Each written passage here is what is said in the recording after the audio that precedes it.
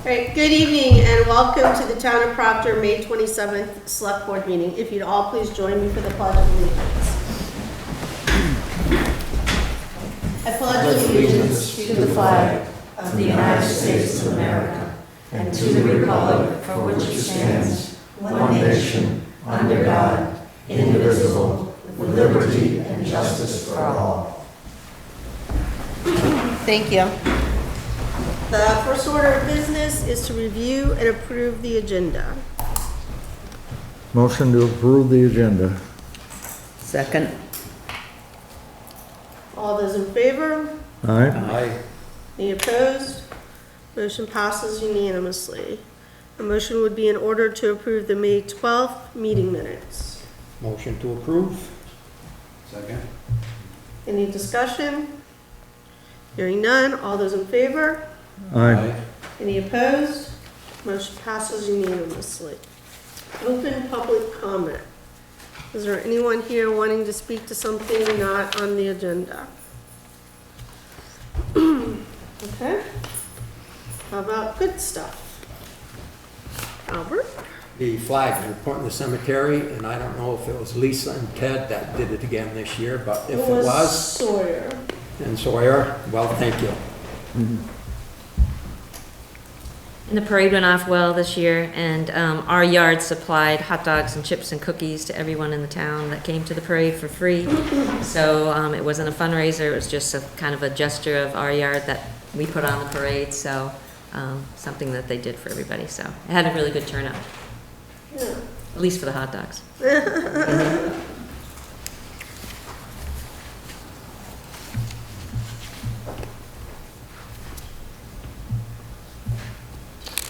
All right, everyone had an opportunity to sign the warrants. Yes. The local emergency management plan was in your packet for you to review. Are there any questions for Judy? Nope. No? All right, a motion would be in order to approve it as presented. So moved. Second. All those in favor?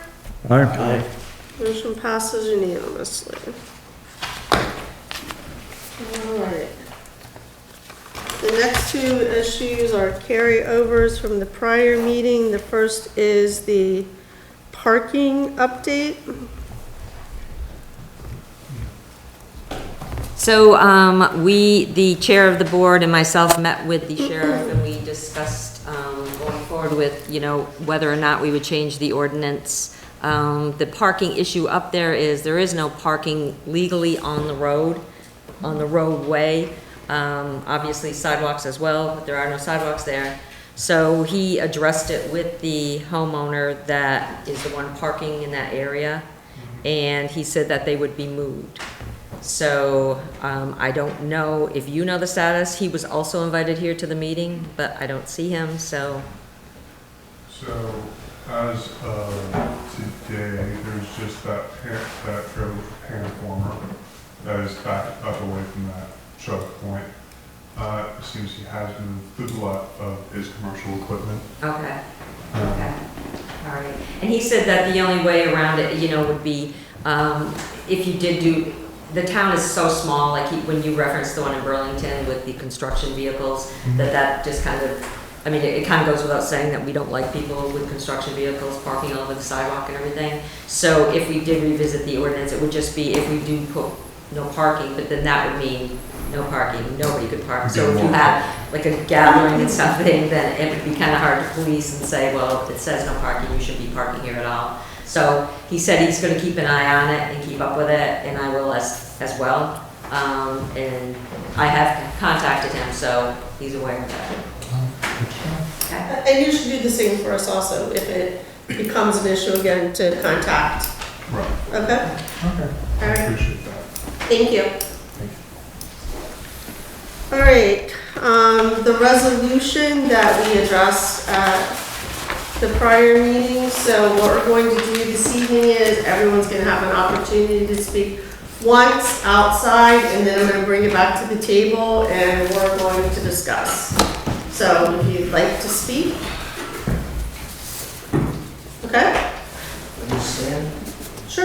Steve.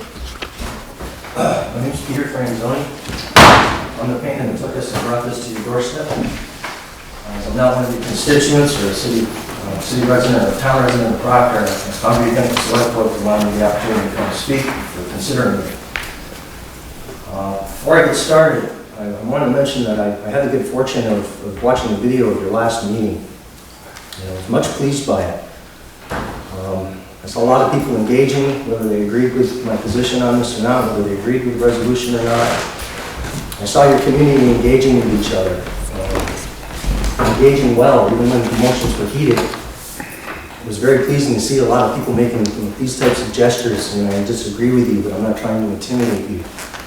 We're sorely lacking that as Americans these days. And I've done several of these, going to towns and speaking now, and Proctor was the first town, as I saw in that meeting last night, that had as much opposition showed up as they did. You might be surprised to hear me say that I'm most pleased by that. I want to hear from the opposition. I spoke recently at the town of Pittsburgh, and I did them a great disservice. And I went in there all guns a-blazing like I did with Rutland City, and all these talks of my oath of enlistment, and the righteousness and nobility of it, and of our Constitution. And that was the wrong way to approach it, and it's not the whole truth. And I saw you good people being very honest with each other at the last meeting, even in your differences, and you deserve to have complete honesty from me. While my oath of enlistment and our Constitution were guiding my efforts, it's not what's driving me. I did this because I'm scared. I'm in a lot of fear. I have particular few loved ones that they were my own children. There's not much I wouldn't do for them, and I feel they are in grave danger of what's going on with our federal administration right now. And that's what prompted me to action. So, full disclosure, my fear is what's driving me in this. It's what's motivating me in this. My oath of enlistment, my Constitution are what guides me. You may have heard me say it before, I'm a veteran. I'm no war hero, I'm not even a combat vet. My service was brief. I'm very proud of my service, as brief as it was. I'm proud of my service to my fellow soldiers. I've by far been a greater service to my fellow soldiers as a veteran, helping other veterans and active duty soldiers. And beyond that, I'm a small, petty man. I'm a nobody. And if you knew me outside of this, you know me to be a much different person. I'm very private and reserved. I'd much rather mind my own business, hiding away in the land records, doing my research. I'm quite terrified beyond the fear that brings me here, just standing here talking to you. My knees are knocking. It's everything I can do just keep from peeing myself right now. My family first emigrated from Carrera, Italy to Proctor to come here to Cupstone in the 1800s. I have a little bit of family still here now. We hadn't had any for a long time. My father was a land surveyor for 44 years. I surveyed under him for off and on 26 of those years and for another 17 in other companies. Your land records vault is filled with dozens of our survey plats, probably thousands of pages of our record descriptions and civil engineering reports. I've researched your people, your family histories, and the land records very many times. I had a lot of friends that grew up here, childhood friends. I spent a lot of time in this town. So I might not be a resident, but Proctor's part of my community. It's part of my home. And as I said, my family immigrated here from Carrera, Italy.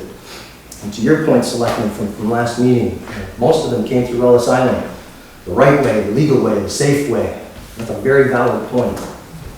I also want to bring up some of my family didn't. Some of my family didn't have enough money to make it across the pond. They had to work merchant marine vessels and fishing vessels to get to America. They were dropped off at small ports in northern Maine and some even in Newfoundland. And they had to take odd jobs working their way down through New England to get here to Proctor to cut the stone. And because they were Italian when they here showed up, even though they were some of the finest stone cutters coming out of Carrera, they weren't allowed to immediately cut stone. They had to spend a few months digging latrines and ditches and carting offal around before they were allowed to be hired by the company. Even after being hired by the company, they had to be employed by the company for 5 years or more before they were even allowed to apply for citizenship. The town effectively owned them. They weren't even allowed to leave it. So I think it's a fair point to say that there's a lot of immigration experiences in our country that weren't done the right way and still turned out some fine Americans. I was born in 70, I was kindergarten in 75. I had 2 Cambodian and 2 North Vietnamese refugees in my kindergarten class with me. The Cambodian students moved to Boston or that area before I was in 2nd grade, but the remaining 2 went most of the way through grade school with me. I'm still in contact with one of them. He's a fine American. Speaking to gang members, I had quite a few of them in my platoon in the Army. I had a drill instructor in my company. He wasn't from my platoon. He was 1st platoon, I was in 2nd. He was from Honduras. He himself was forced into a gang in Honduras when he was 12 years old under the threat of his family being killed. By the time he was 14, there wasn't anybody left but his sister anyway, and he fled north. It took him about a year to get here. And he spent about 6 to 8 months in America as an illegal citizen. His path to citizenship was joining the United States Army and going to Vietnam. He did one tour and he came back and he didn't feel he'd done enough for his country. He went back 2 more times. He probably would have kept going back. The war ended in 75. I met him 13 years later in 88. On one occasion, I saw that man without his shirt on. He was covered in gang tattoos. He had turned down promotion after coming back from Vietnam to stay a drill instructor because he saw so many of our young men who were ill prepared for it over there, and he didn't want them to go through that. Again, someone else who came here illegally and probably one of the finest American soldiers we've had. To your point, Honorable Selectman Wenta, am I pronouncing that right? About the Clinton administration and why all of this effort on my part now as opposed to when Clinton was doing it in the 90s, and I think you quoted about 4.5 million immigrants that were deported. And I looked Millions versus, the rapid. Yeah, and I looked into that and 1.4 with the rapid, and then COVID Act, there was 3, so it was 4.4 million. total. I think your number's low. I actually looked into it, and even just during the 90s, the Clinton administration alone did almost 4 million on their own right. I think the number's probably closer to 6 or 7 million. No argument from them. So did Biden, so did Obama. They all have. And then at other times when they're rubber stamping them through, I might argue that it wasn't as egregious an attack on due process saying, we're going to suspend these rights, but more or less amounted to the same thing. You had hundreds of immigrants at a time that had a single legal representative, and they were just rubber stamping them through and slipping them out. Even worse than that, Clinton administration was one of the worst to remove funding from immigration. While they were doing that, they took money away from it and put it to other places. So I have no argument with you there. And in fact, if anybody here dares to say to me, we have an open border policy right now, and immigration is terrifying. Well, guess what?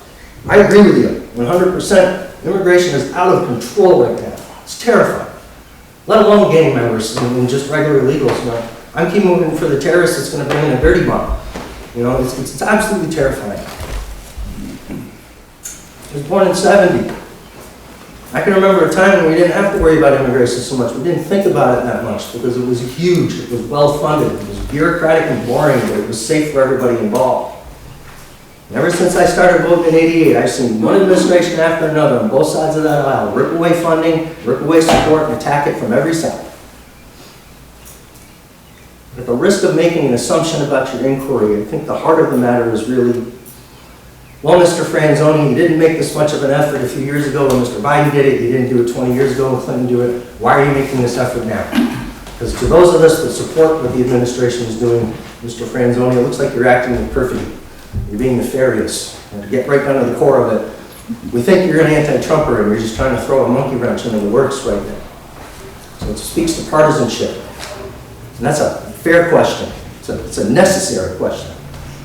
Given how polarized we are as Americans, it'd be foolish of me to be up here and expect you to accept the answer that, well, I'm just doing this on my oath of enlistment.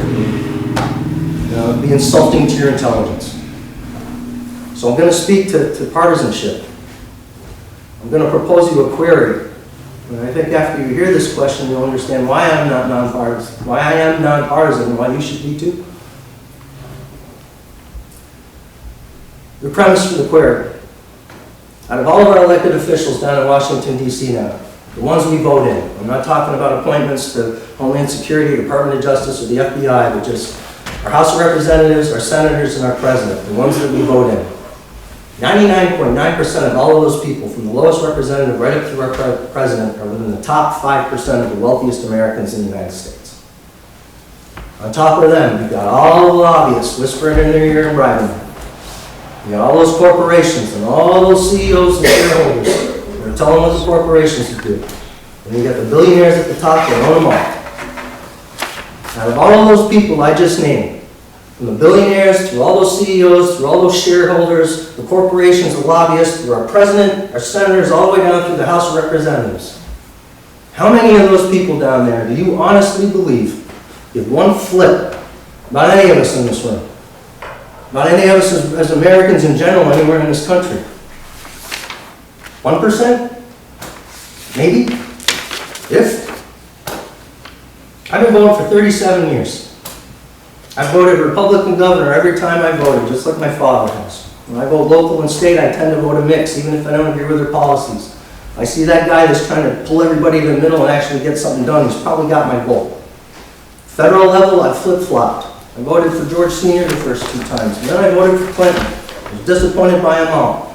Voted for young Bush the first time, but not the second. Mostly because of the reasons we all went to war in the Middle East and everything that I've seen from veterans coming back. I couldn't back them anymore.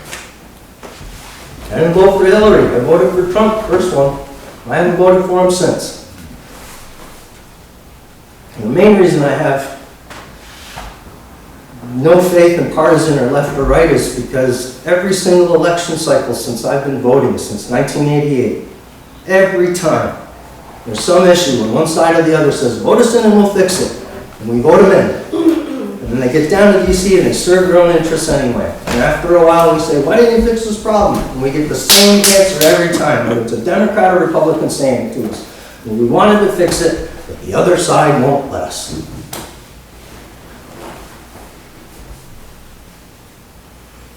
I do title abstraction for a living. My whole life at this point, now that I'm not surveying anymore, is about data collection. I've done deep dives into our legislation. You can look up every bill that's been voted on, who's voted on it, all the way back in the 40s or earlier. I've only gone back to the late 60s. The farther back you go, you see more traitors voting against their party on each side every time there's a bill going. The closer you get to president, there's less and less. We're getting more divided. But the interesting thing to note is, year after year, election cycle after election cycle, the percentage of traitors from each side is always the same. It's always 18% on each side, and then it was 15, and then it was 10, and now we're down to like only 1% if. But it's always the same in each side. And that's because all the people up top above them, those corporations and those billionaires and those CEOs, they don't care what side you're on. They know they can buy off whoever's in there. They really ripped the lid off of me when the banks were too big to fail in 08, under Obama. They decimated our retirement. Less than a year later, they took a bunch of our taxes and gave it right back to those same guys that did the same thing all over again. As soon as we started getting legislature to start speaking against it, they flipped Citizens United and took the cap off of lobbying. None of us have had any real say since Philip Morris's voice and Lockheed Boeing's voice and Coca-Cola's voice equaled the same as ours since 2010. I don't trust any of them. They've taken everything from us. When I started voting, I graduated, went in the Army right out of high school in '88. America had an 11% illiteracy rate back then. We're at 54% now. The other 30% on top of that 54 can only read at a 5th grade level. Look, more than 80% of our public can only read at a 5th grade level at best. In 37 years, I've seen them destroy our trust in our educational institutions. They've destroyed our trust in our law enforcement institutions, our medicine, our science, and then each other. They took away all our 3rd places. Home is your 1st place, work is your 2nd place. They took away all our 3rd places, our Rotary clubs, our libraries, our movie theaters, even our shopping centers. They're all gone. We have no common ground left anymore as Americans. Can't even smile at each other in the grocery store. We're trying to run each other off the road all the time. You know, Uniform Code of Military Justice instructs us that our flag represents the living country. A lot of people get confused on Memorial Day, and when they've seen our flag displayed horizontally over our fallen dead, they think it represents our fallen dead, but it doesn't. It represents us, everyone within the jurisdiction of the United States, the living country, all of you. They got us pulled so far apart, with no common ground left, we can't even talk to each other anymore. Some of us got so desperate, some of us got so upset and so unheard, and we went down to our nation's capital and attacked our fellow Americans. Nobody talks about that. They always only talk about who was wrong, who was right. You could have pulled anyone out of that crowd, whether they were attacking and defending, and said, my God, man, why are you doing this? And they would give you the same answer. Because I love America. The poor soldier that got shot, she did it because she loved America. The officer who shot her did it because he loves America. None of us talk about that fact. None of us talk about how insane that is. And we all pledge allegiance to it. We're not pledging to a flag or some abstract version of a country. We're pledging allegiance to each other, the living country. Every time we stand up there and pledge, we're pledging to our fellow Americans. Whether we find them distasteful, Republican, whether we believe them politically or not, we're pledging allegiance to take care of them. All right, I'm going to ask you to kind of wrap it up. I'm going to finish up right now. Okay. After 37 years, after everything else they've taken away from us, now they're talking about we're going to suspend this constitutional right that protects you all to fix this problem, to take care of those people. I heard a gentleman in the public here last week talking about how he trusted our federal government to be doing the right thing in these processes. That is where I disagree. I do not. After everything they've taken away for the last 37 years and not giving back, I don't trust them when they say, we're going to take away a piece of your Constitution, but we'll put it back when we're done. I don't trust them at all. They can find a different way to fix that problem. Thank you. Thank you. All right. Anyone else to the resolution? Try to use the mic here. Sure. So, can I ask, who produced this document? Peter did.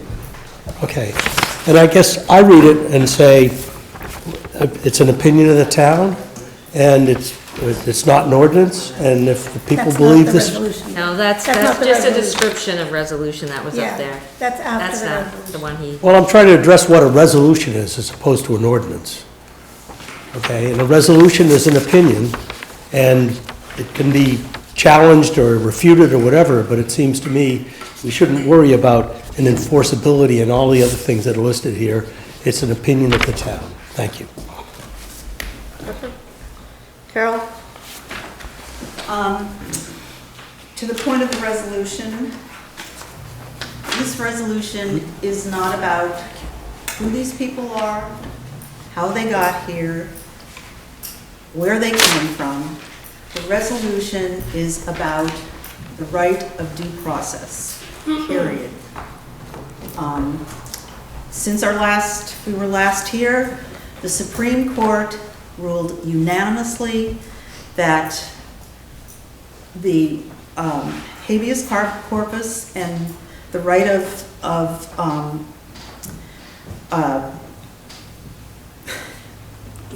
due process is in the Constitution and it has to be followed. On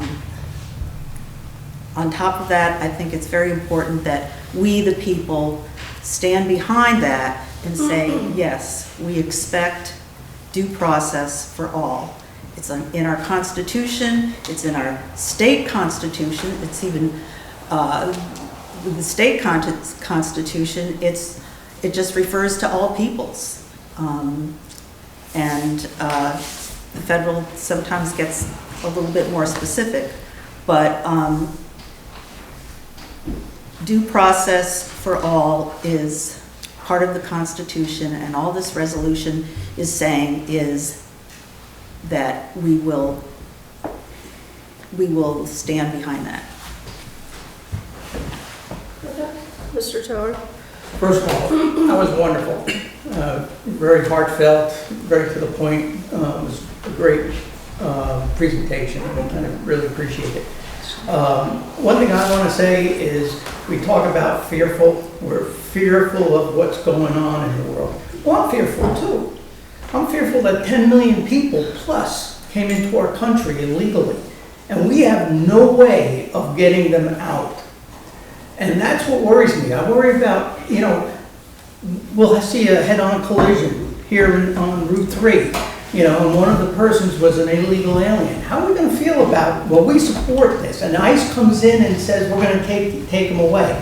Are we going to stand and walk them out the back door? These are the things that concern me. due process is due process, and thank you for bringing up that the Supreme Court finally did come out and level that conversation.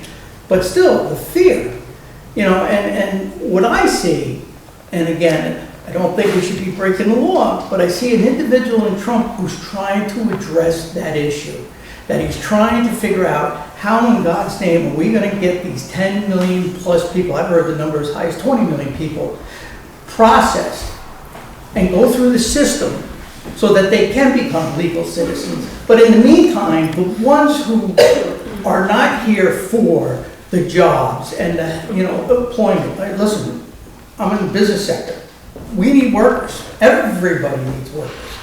But how would we feel if, somebody in our neighbor got killed, murdered, raped, child abuse? These are all things that these criminals are doing to our people. And all I'm asking, yeah, I'm fearful, and I think I have a right to be fearful. And I think I can say, I feel Trump is at least trying to address the issue. We talked about education. They're trying to address the issue. And maybe they got a punt. Maybe they try something and they try something different. Abraham Lincoln was the first person who tried to use the statute or the ordinance, whatever they call it in the government, on due process. Abraham Lincoln. But Abraham Lincoln, the smart man, listened to the voice of the communities, and they were against it. And he had to go back and resolve that issue. Trump may take a step and step on a banana peel, but he's trying to find out ways to figure out how we can be safe against 10 million plus people who came into our country. And the only thing I was asking from last week's meeting was, I just want to make sure that everybody knows that we will follow the law. We won't have people going out the back door. We won't have riots out in front because, an ICE person came. Or God forbid, all of a sudden we're sitting and go, we supported this, and now what? Jim Tor's daughter just got killed. That's what I fear. But to your point, wonderful presentation, due diligence right there, and due process, understood. But we got to figure out a way to fix these problems. And that's all we're doing. And I just want to make sure that that statement says we will abide by both state and federal law in how we handle this problem, if God forbid it ever occurs in town.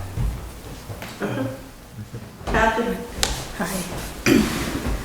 Well, I just want to mention, just not to have a conversation, except very civilly, I don't see in the budget money for the judges that are going to work on these problems of so many people. I see money to give to people who are quasi-police, who are using fear tactics that I didn't think I'd ever see an American police force use, as in not wearing a uniform and wearing a mask, for instance. That doesn't say that they're proud of what they're doing. And I want to see us behave in the way I was raised, which is to believe that my country is the greatest country on earth, and it allows people to come here and work towards citizenship. Absolutely, there are many people who are here illegally, and as I said, this is a new thing to have our immigration policy changed. And all of us were here, as our grandparents were here, and they were here, what you could call legally, because there was no immigration law that stopped them from coming. So now we have people just like my grandparents who were poverty-stricken trying to get here. And then we've got people just like that who are hardworking. I think we have to figure out a way to use the legal system to do this, and that is not using ICE. That's what I want to say. All right. Would anyone else like to speak? No? Sure. I'm Maxwell O'Brien.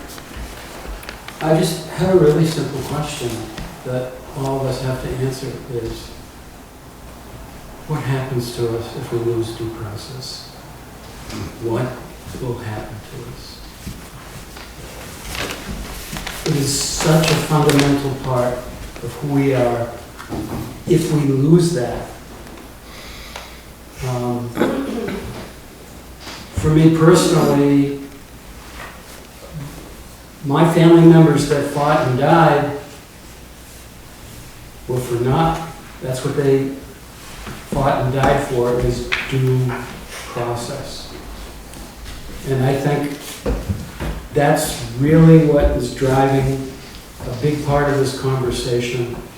And it's something that we all have to, never thought I'd have to think about that.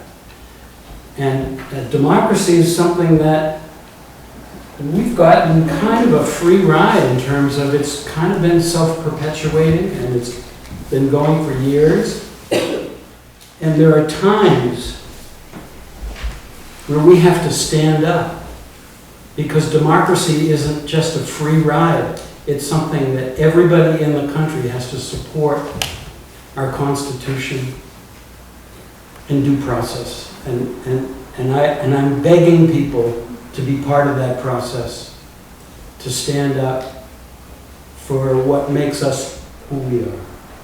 Very well said.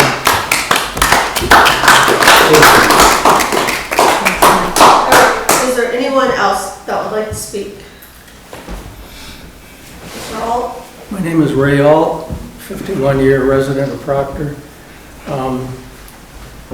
This resolution is simply about due process, and this, in our town, all of us, going on record that we are alert to the fact that everyone in our town is entitled to due process. That's all it is. Anyone else? Okay. So after the last meeting, we took the resolution and members sent suggestions, and we have a version that we've created. I don't know if the board wants to talk about that. If the board wants to make comments. If the, Well, I can start. okay. I don't think anybody here disagrees with anything that anybody said about due process. The Constitution,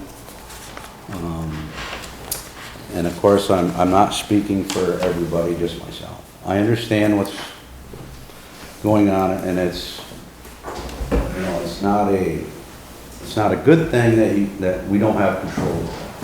It just seems like it's out of control and everybody's trying to figure out what to do. I think the numbers are out there that it's a slippery slope. I don't think it's going to get resolved quickly. Some may say it's not being resolved the right way, whether it's due process. I agree with everybody's points, opinions, concerns, myself. The only thing I'm seriously struggling with, and I can go back and forth with it and agree on both sides of where this should be and what should be done. So I had to put it on paper, my thoughts. I thought about it for a few days, and whether it's, you know, people agree with it or not, it's just my opinion.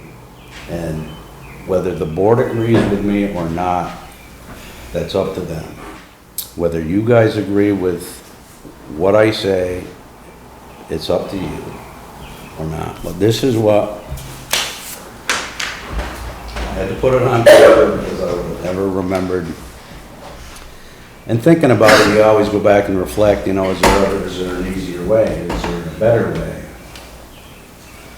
But it says, after further consideration as to why, I look at the reason why, this has been brought to the select board's attention for review, other than to make people aware. I have come to the following conclusion that this is my opinion and mine only. So regarding the proposed resolution presented to the board, we as a governing body have already taken the oath to uphold the Constitution as expected by the residents of the town of Proctor. We do not need to be reminded of these duties as such. I am supportive of due process. and the values the Constitution holds for all individuals. What I am not in support of is suggesting or using this board as an avenue or a platform for anyone's personal political views or opinions. Therefore, I cannot support this request. I believe it carries only someone's political agenda and is not the responsibility of this select board. My vote is no, for those reasons. Can I ask a question? Yes. Could you explain the political agenda? It's so gray that my gut is telling me that whether it's a Trump administration, whether it's a Biden administration, it just has a political smell to it. This proposal? Yes. And I don't think, in my opinion, that this board should be used as an avenue to do this. I don't. I agree with what's needed. I agree with what the opinions are as far as due process and the Constitution. I just don't think it's the responsibility of the board. So, That's just me. Everybody else could. So we're going to Excuse me. keep it at the table for a couple Okay. minutes. I let everyone else speak. Albert, do you? Yes, the first thing is, we were given a resolution, by the neighborhood 15 days ago. And then since then, we had the opportunity to digest it and then in an email forward any thoughts that we may have, to the town manager and any edits we'd like to see have done to that resolution. And she received, I would assume, an email from all the board members. And then she consolidated all the thoughts and rewrote the resolution. Now, I don't know if Actually, these the people chair have... wrote it, I didn't write it. Okay, It was okay. out of mine. All right, I'm sorry, yeah. Have they seen it? No. Okay, so I'm not sure which I'm going to speak to the new resolution, the one that we may be voting on, rather than the one that was presented to us 15 days ago. Okay. There are many issues that I had with the old one, and I don't have far near as many with the new revised proposal. But the only one item I still have is the second whereas, where it says, it represent a dangerous escalation of government overreach. And, how can I be assured that is factual, that statement there? Because it's written on this piece of paper that is the case, they are overreaching, their authority, or could I go to another source? I don't want to turn on Fox or CNN to see, what's going on. I still have confidence in the judicial branch of federal government. So that's what I'm going to look for is, guidance or results of cases, from the judicial branch. And when I tried to look up information on the cases that were referred to, in Vermont, there was one district judge, said, considerable constitutional concerns were there, but nothing definitive. And then it went to a district court, and one of the judges there said, it may be a violation, but nothing, again, definitive. When I read that whereas, that almost makes me think that that is definitive. It has been decided that, they have overreached their authority. So I have a problem with that because I could not find anywhere where the judicial system, the federal judges said that they in fact did violate due process and or violate, constitutional rights. That one, and then the fourth whereas, it says face of such abuses. You know, and again, who determined that, you know, abuses occurred? You know, I'm not sure what abuses they're referencing, but in the face of such abuses. So I, again, have that, you know, I don't know that abuses I think exist. that's referencing back. Okay, You okay, have to read it as a whole. okay, yep, And that references back to due process. That's the way I read it. okay. So it's not, it's difficult to take each stanza and just have them Yep. stand alone. They kind of have to be, it's a symphony that needs to be played Yes, together. okay. So I'm going to say that, you know, I have concerns with that second and the fourth whereas, in that I can't find anything definitive, and they are asserting that that is the actual case. You know, and it's for that reason that, you know, I won't support this resolution. That's a good question. But we're gonna go 1 second. We're gonna go to the table and then we're gonna, Point of information. sure. Just, you have referred to 2 resolutions here. One was introduced 2 weeks ago, Right. and you've made reference to a modified resolution that Yes. the board adopted or drafted? So Which one are you speaking to? the one that the board rewrote. Okay, but you should present that, you should read that before there's any discussion. Do we have copies to share? Well, I think he was speaking to some of the edits, and then I think she was gonna read it to you. I can make copies of it. Sure.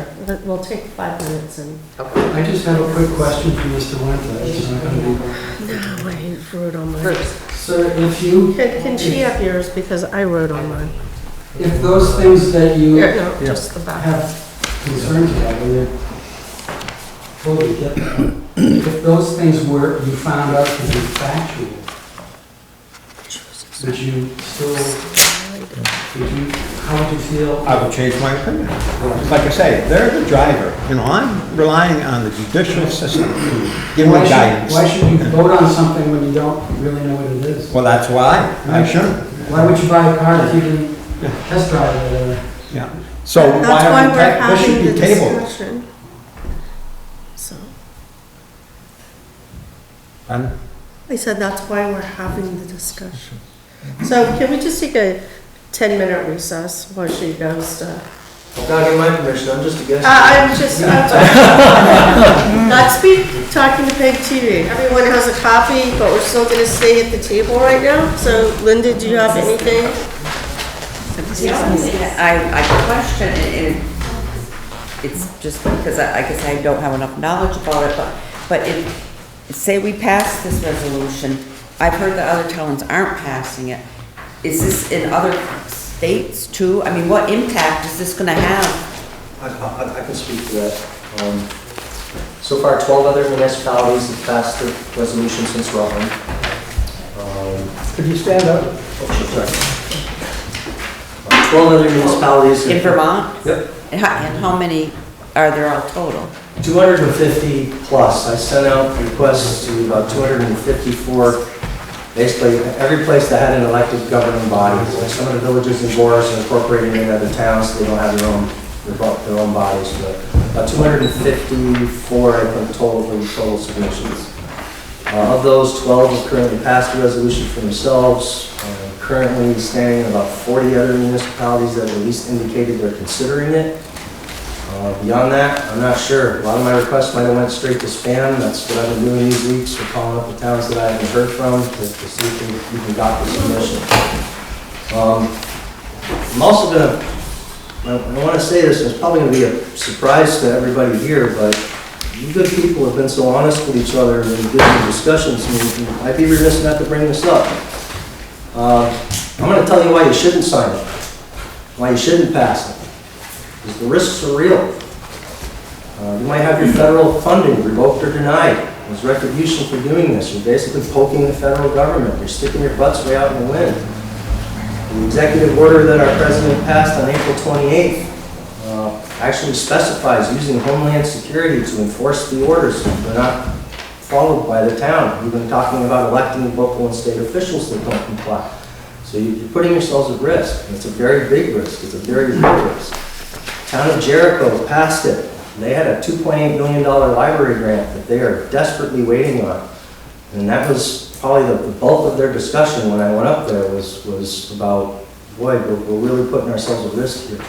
And they talked about it, and as a community, they decided that they had enough people in their own community that they felt were vulnerable and needed to be made to feel safer, and chose to pass this resolution anyway. But that's up to you guys. This is your community. As I said, I'm not a constituent. I do not live in Proctor.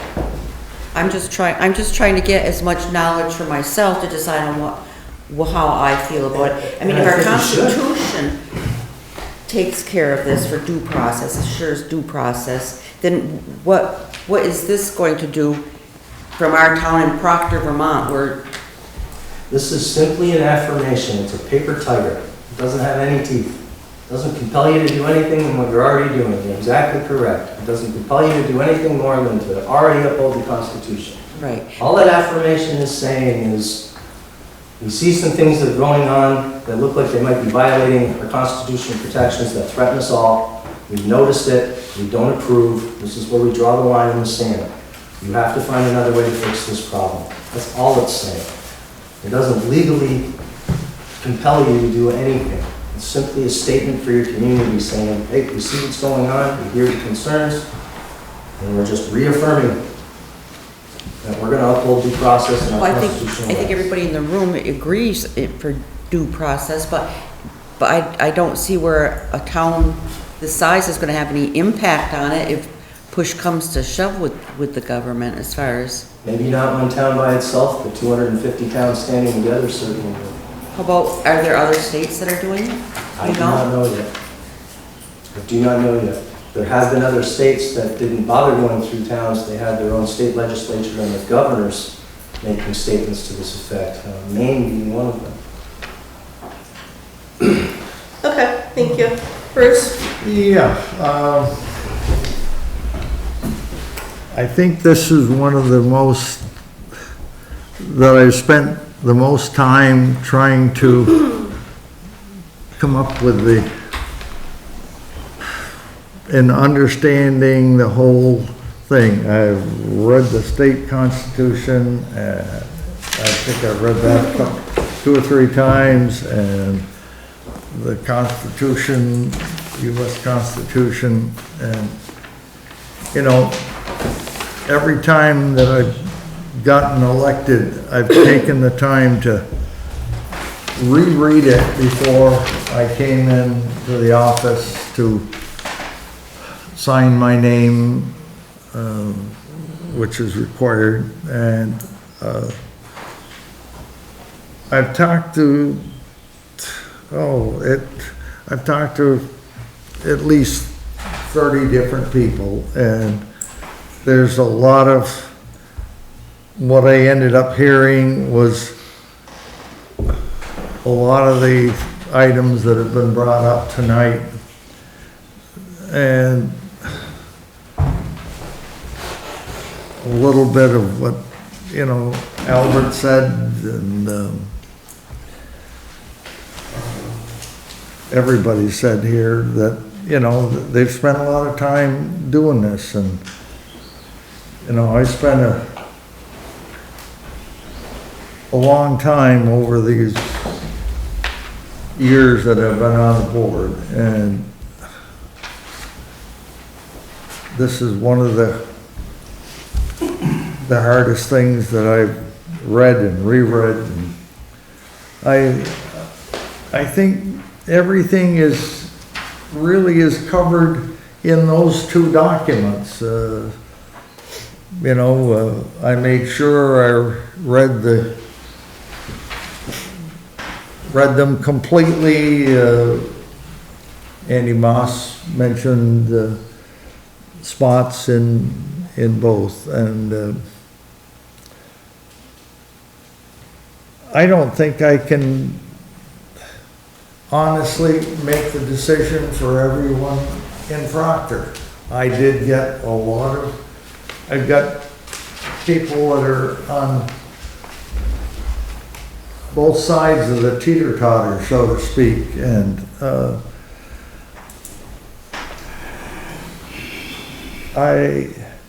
I honestly, you know, I've been around for years. I know this town backwards and forwards. If somebody new comes in, I say, well, okay, do you remember when you bought your property? What was the third or fourth time this has transpired? And that's the way I relate to a lot of the people and the taxpayers of Proctor. Once I knew who it was, I probably knew their grandparents, or I knew the owner of a lot of the properties in Proctor. My dad was town clerk and treasurer for a number of years here too, and Okay, so yeah, I'm gonna have to vote everybody has a copy of the resolution to which I took suggestions. This is my version of the resolution. Own it. I took suggestions, comments, edits from people, and deleted portions of it. There was no reason to have pieces in there. When we say it's a paper tiger, there's no reason to pretend like you have teeth, and some of the clauses pretended like it did. Can't direct the town manager to do things, so those are just seem like a waste of space on the paper.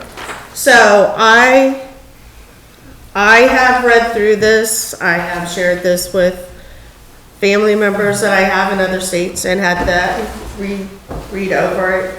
I am okay with what I submitted, which is from the original suggestions and some of mine. So at this time, since everybody has this copy of the resolution, I'm going to go back out and let people speak to that one time. Okay? Mr. Stein? Thank you. And this was very helpful. And I would urge people to look at what's resolved rather than what people are saying. In resolving that we condemn all violations of due process and the weaponization of power against persons, I would kind of question why anyone wouldn't agree with that statement. We're resolved that the town affirms its unwavering commitment to protecting the constitutional rights of all people in our town. Sounds pretty basic. Be it further resolved that the Proctor Select Board pledges to defend Proctor as a community rooted in justice, accountability, and equal dignity for all. It seems pretty simple. Thank you. Anyone else? I'm sorry, I know I speak a lot, and this is Catherine Malillo, and I've been here 38 years. I know I'm not a native, but I do a lot of reading about history, and one of the things that I'm not sure everyone here understands is that when we first had our revolution, it was because habeas corpus was not being followed. That is what was the first instigator for our founding fathers to say, we have to stand up because citizens were being taken. They were maybe not even citizens. They were the people of a colony, and they were going to be tried not by a jury of their peers, which was what they were used to because they come from a British background. They were just taken to a court of a tribunal by some people who were the military at the time. And that, more than the Tea Party, more than the tax on tea, was what caused Americans to say, we cannot stand for this because we can't have people being dragged out of their homes and have no way for them to actually defend themselves in a court of law. And if you can be courageous enough to understand that this is your moment, every day, this is your moment to stand up for something that we began so 250 years ago. That's what I have to say. Steve? Yeah, Steve Follett. I've heard some references to the constitutions here, the state constitution and the federal constitution, and I think we're all agreed that those are important documents. Through the years, they've guided this country along the course that's brought us here. But I think a lot of us who are paying attention also notice some holes that are appearing, some things that shouldn't be happening according to this very constitution, one of which being snatching people off the streets. The elimination of due process, no habeas corpus. These are things that shouldn't happen, but they are happening. So I think at this point, we need to stand up and say, hey, wait a minute.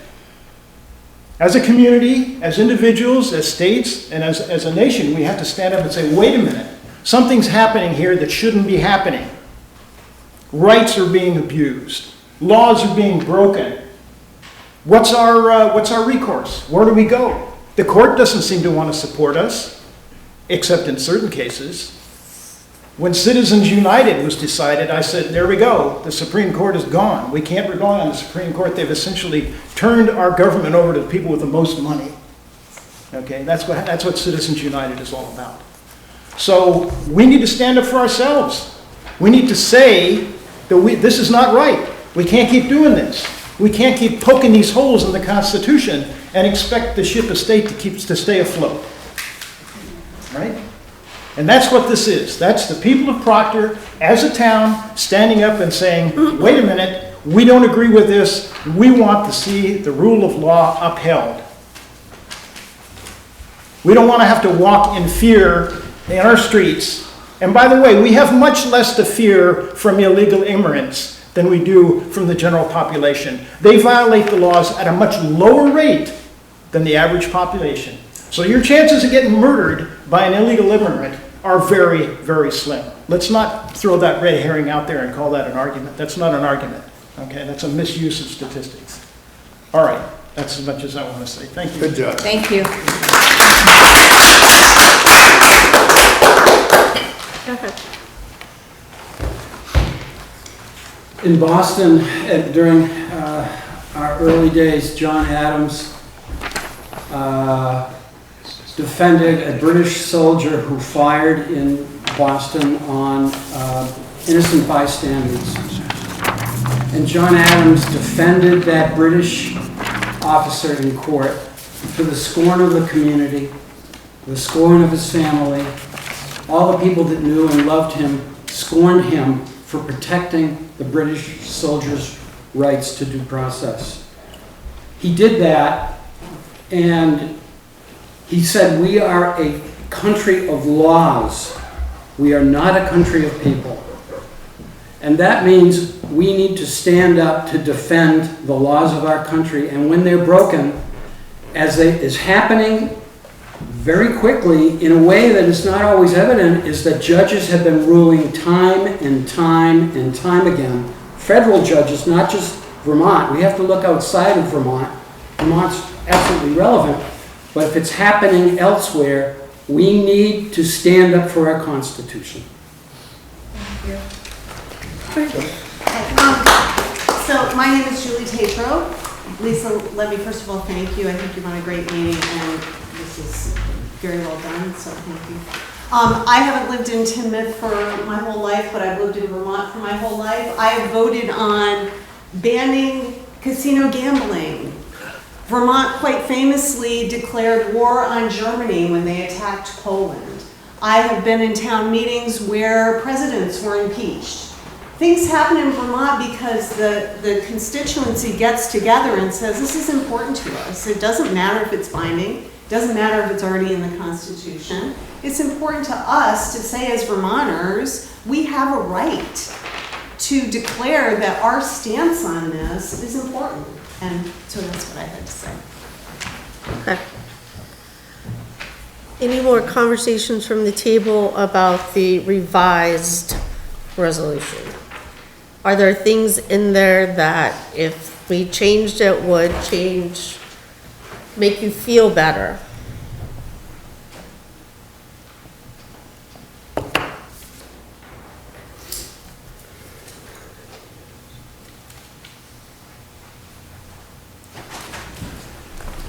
I guess I have a concern about the last piece that is taken out about contacting the police and the sheriffs, letting... Can I speak to that real quick before you get to that? So, could people stand up because they're sitting Yeah, there, yeah. your voice doesn't carry. When the Rutland City resolution was passed and it had that paragraph about engaging with the local law enforcement, I met with an officer, I tried to meet with the chief, who's on vacation, but I met with a local officer and talked to him at length about that. And unfortunately, we didn't get our 2 cents in before the alderman submitted the proposed resolution. So it is my understanding that the oath of, I guess, office and the oaths that the law enforcement officers have to swear to become law enforcement officers forbid them from swearing to any other oath, from signing any other resolution. And so for them to sign this resolution would literally put them in conflict with their own oaths. So what was suggested at Rutland City was that instead of inviting all of the officers of Rutland City and hog up more of their time and the chief on their already limited time, is just to have a statement that the chief wrote that just said, hey, our own unwavering oaths more or less say the same thing. We really commend the city for doing this, and we just wanted to say that we support you for doing this, even though we can't sign it ourselves, and then just he signed it, and that was that.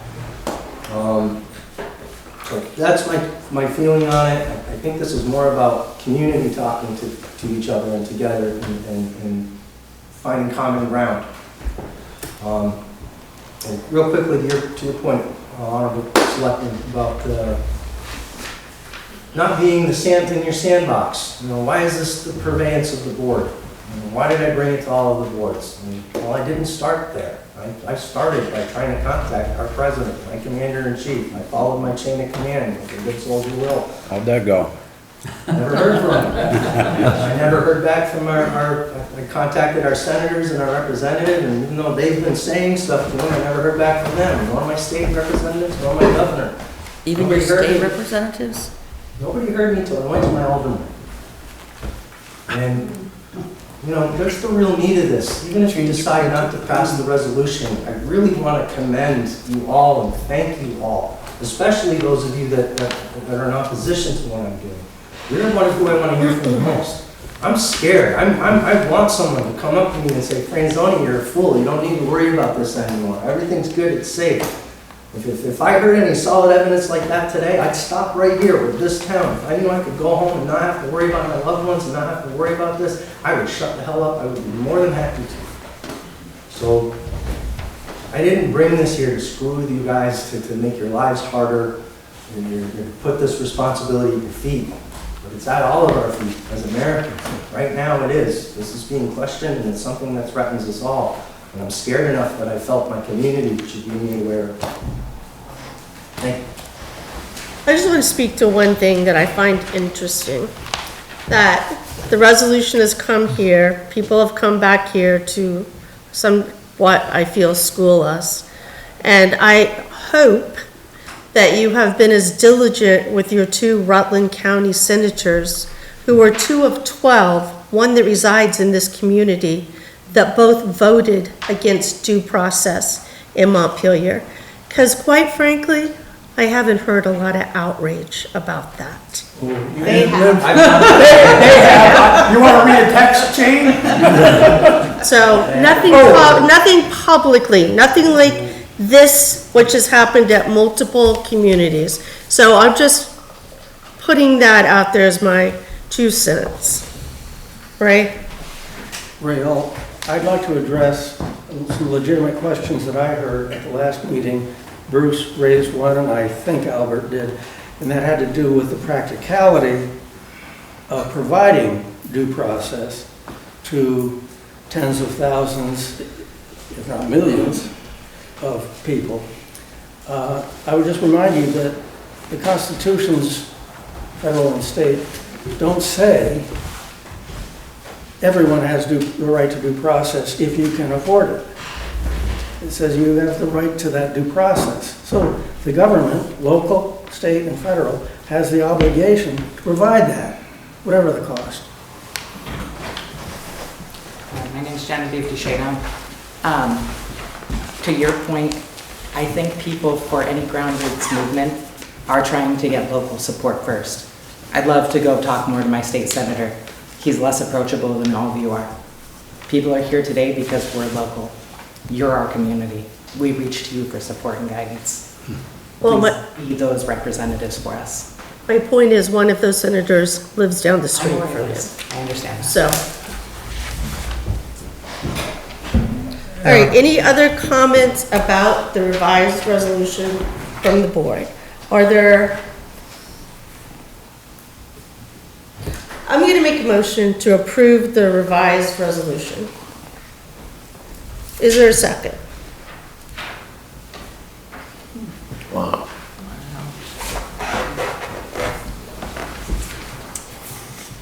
No?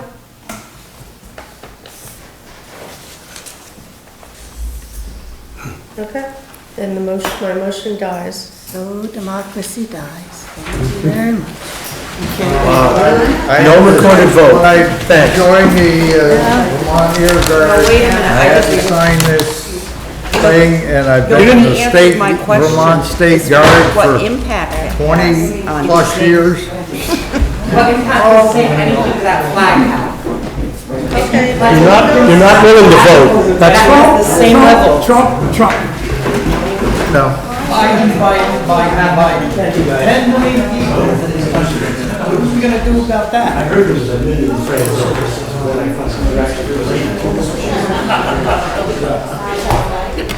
All right, moving on. Comments on the way out. I don't know, I'm just thinking it along. I just wanna say thank you all again. Okay. I know people are upset, but it's not the intention of this board to disagree with what, I think it's the responsibilities of what's been handed down, that's all. We're chasing the same thing you are. I think that's the gray area, in my opinion. What's infinitely more valuable to me, even than the resolution being passed. So a motion will be in order to move into the Board of Water Commissioners. So moved. Second, Yeah.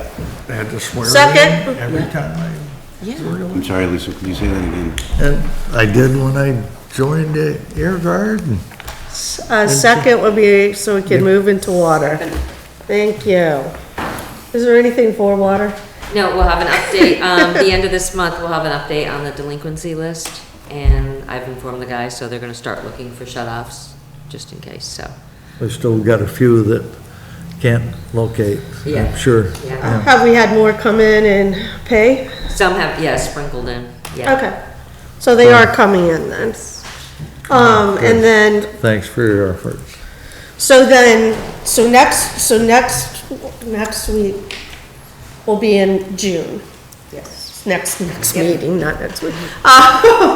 So, if they haven't paid, we're shutting them off, right? Or we're sending them a letter again, because These that I sent on the agreement, I sent a letter out saying you gotta come in and pay or do an agreement. Yeah. And that justifies being able to shut it off. In the past, I did send a second, but I'm not going to Okay. because it just delays the process. and so then we have another batch that we're sending in June?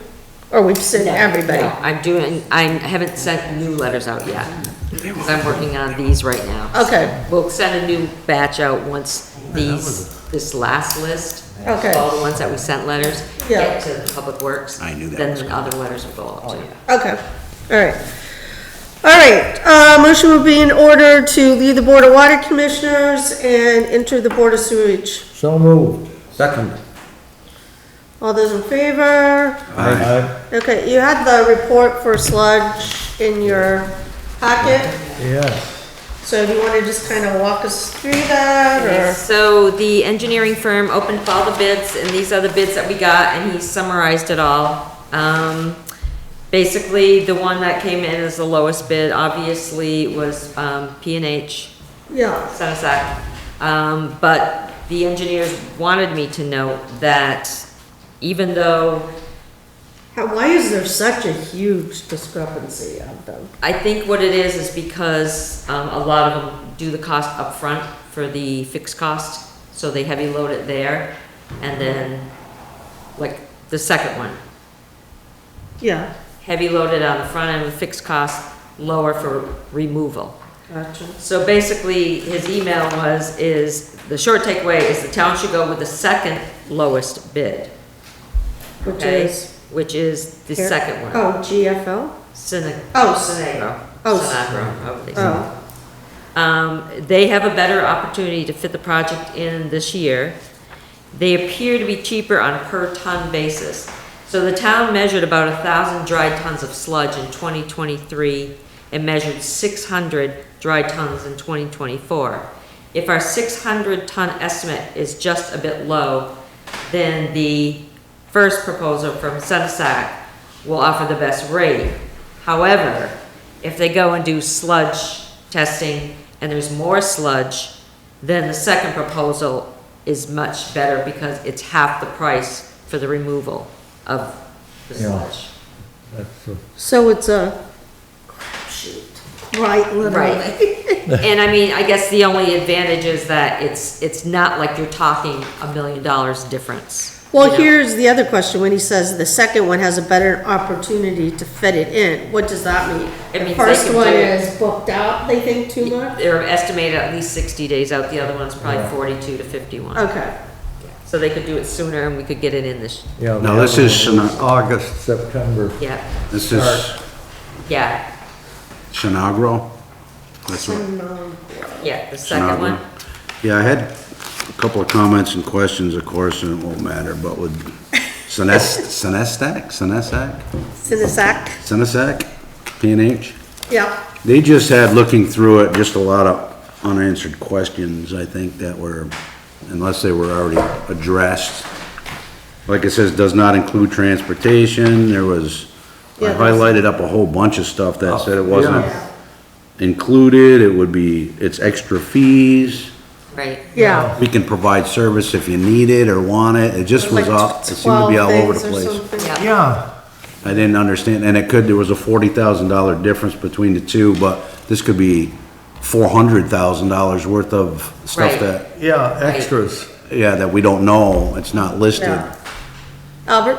I was just gonna say, to answer his question there about, that asterisk does not include transportation or disposal of dewatered cake solids. If you look down towards the bottom of that list, it says transportation and disposal costs per ton. And that's what that is, and that comes out to $526,950. So he did, Okay. And in his summary, he put down transport and disposal Yes. amount in there. yeah. All right, so what is the pleasure of the board? Just, can I Yeah. have a couple of questions? If we're looking at the Synagro, on page 1, 2, 3, 4, 5,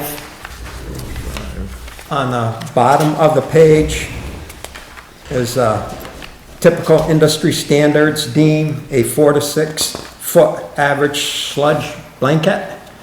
Now, if we're gonna have these liners replaced next year, there's gonna be 4 to 6 feet of sludge on the bottom of those, and then we're gonna have to pay it again to have that sludge removed? No, No, Because when I look at the Synagro, that last sentence on that page 5, they're gonna leave 4 to 6 feet average of sludge. That's the Synagro, yeah, that right there. 4 to 6 inches? It's inches. Oh, Dude, Yeah, I was like, I'm trying to figure out what you're reading. Get Kyle, we'll get Kyle down there. with Yeah, the it's holes. inches. Oh, okay, That's yeah, the- yeah, Okay. Yeah, that's problem, only- Albert. Yeah, yeah, okay. Anything else, Albert? yes. Okay, And then the first paragraph, on that page? yes, the same page. The equipment will be set on level ground and will require a hard surface, for the press. What is a hard surface? Does that mean asphalt, concrete, or can it be just the lawn? no, I It think could- it's It's just the stone. ground. Or it could be a board they put and set Okay, it yeah. on top of, or just like, you have false, driveways or whatever. If you notice when you go like to, New York, they've set those out every place to set their machinery on. So it could be anything. Yeah, okay. Well, see, it sounds like they're gonna take care of it, and they're not looking for us to. No, we've got to make sure that they have this pad or whatever for their equipment. Yeah, but they've come and looked at the site. Oh, they did? Okay, good. So they know it's there, but, yeah, I think they're just as long talking as about lawn some is considered a hard surface. Gravel on there and, Yeah. And then the other question, Lisa, is the second bullet towards the bottom. Town of Proctor is responsible for the removal of all aerators, chains, rope, debris, etc. from the lagoons prior to the dredging operation. Yeah. You know, and so our crew will be able to do that, or will we have to go out? And then they'll be able to put everything back. Yeah. They're doing one lagoon at a time. Yeah. Yeah. yeah, and I think I have to go with the experience over the years with A&E. They're pretty straightforward. So it looks like, is it Sinagro? Yeah. Am I saying that right? Yep. And the only other question is, you know, because in the original report, they said it was 1,060 dry tons estimated, and this one says it's 600. What if it's 800? Are they gonna still do it with these per ton prices and that would just increase, or? Yeah, that's why he's saying to go with one, because he said if the sludge amount increases, and one's at $1,200 a ton and the other's at $660 a ton, that's what they gave us at per ton. Okay. So if it's, you know, if you have 600 tons, or all of a sudden you have 1,000 tons, it's gonna be at $1,200 per ton, or 660.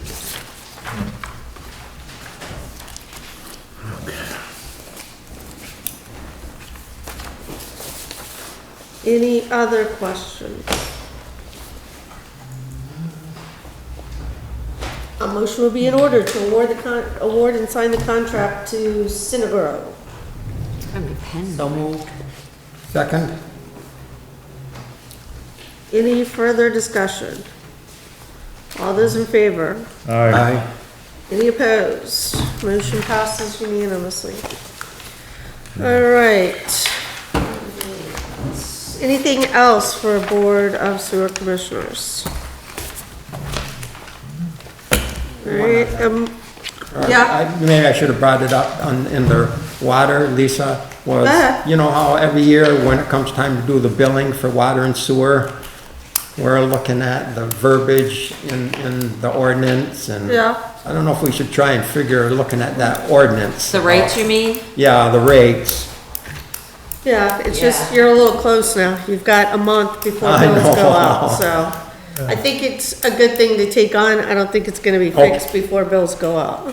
'Cause Okay, it- Those are already gone to the Because, printers. you know, then it gives us the opportunity to look at, we can do what ifs, you know, what goes on at Yeah, we 61. can highlight, we can What get, ifs. yeah. We could get a print out from the clerk about who's charged what and how many. And then we could go from that, Yeah, when you look at the building, and then we could maybe start that like in July or something. That could be something we work on every other meeting or something, like the first meeting of the month. yeah, We can work on that. that would work, Okay? yeah. All right, now motion would be in order to leave the Board of Sewer Commissioners and we'll go back to the regular select board. So moved. Second. All those in favor? Aye. Motion passes unanimously. Sheriff's report was in. Pretty light report, no money brought in. I know. That's the first thing I go to, And the I couldn't second get it page. past the 15th either, so. Yeah. No fines, no arrest. I saw pull over a few people this past week, so. All right, anything you want to highlight from your report? Any questions about Judy's report?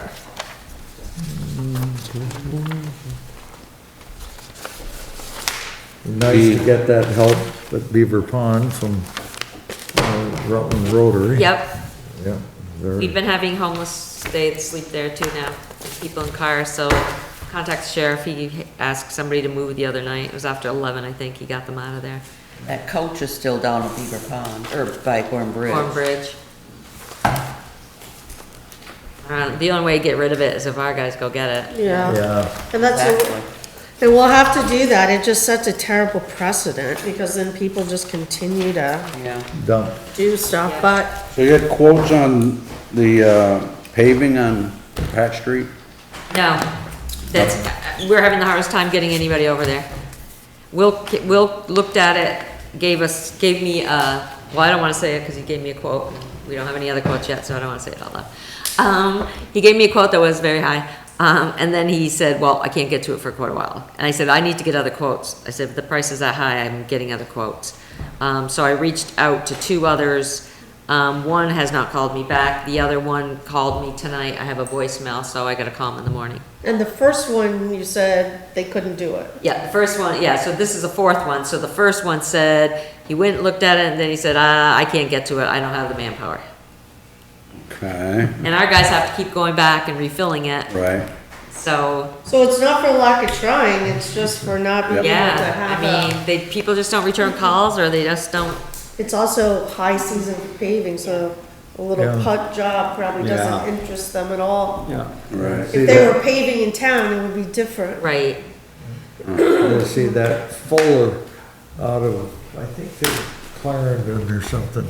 yeah, I think the ones that did Market Street, Yeah, I don't know, see, they're doing part of Door Drive around the College of St. Joe's. oh, right, that road, They're yeah. doing that, they were Yeah. working on that. I called Wilk Bendick, Wilk's, Sealant, and, GW.